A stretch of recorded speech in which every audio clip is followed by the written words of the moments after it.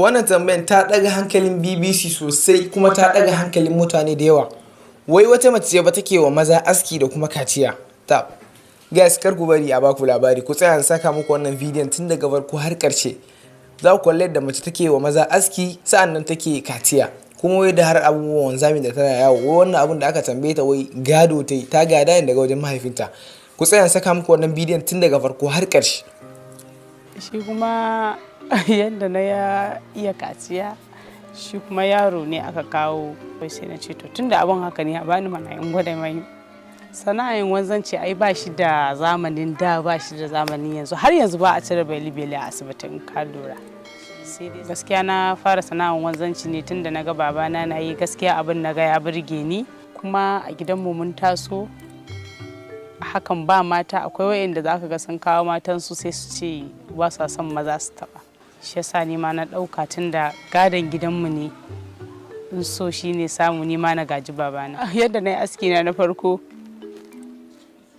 ina zaune ne, da na zauna just kawai muna zazzaune da yara, azin 'ya'yan yayuna haka muna zaune da su, kawai sai na ɗauki askan babana.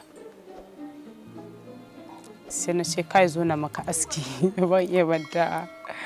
Sai ya zauna na fara mai aski.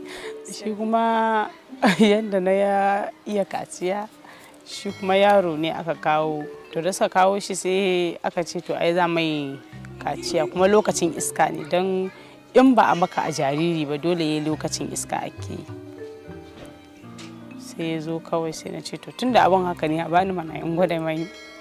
Na ɗauki sirinji na allura na yi mai. Sai aka ci gaba, yana tsaye na kallo na da abubuwan da nake. Zan iya tuna wanda na cire ma beli, wannan a riga ne. Yayana zai je riga ce zo mu tafi mai rakiya, sai muka tafi rigan tare da shi. Sai za cire beli. To dama kullum ni ido na yana kan yake kama wannan belin yake cira. Sai na sa ido kawai, sai ce zan iya cirewa, na ce ina tafiya na gwada akan jariri.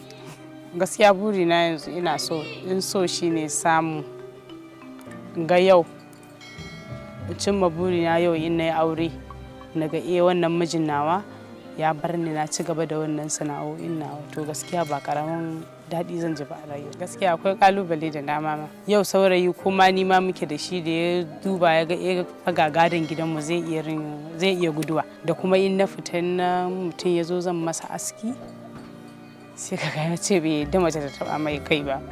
Ya mata kawaye na suka ɗauki.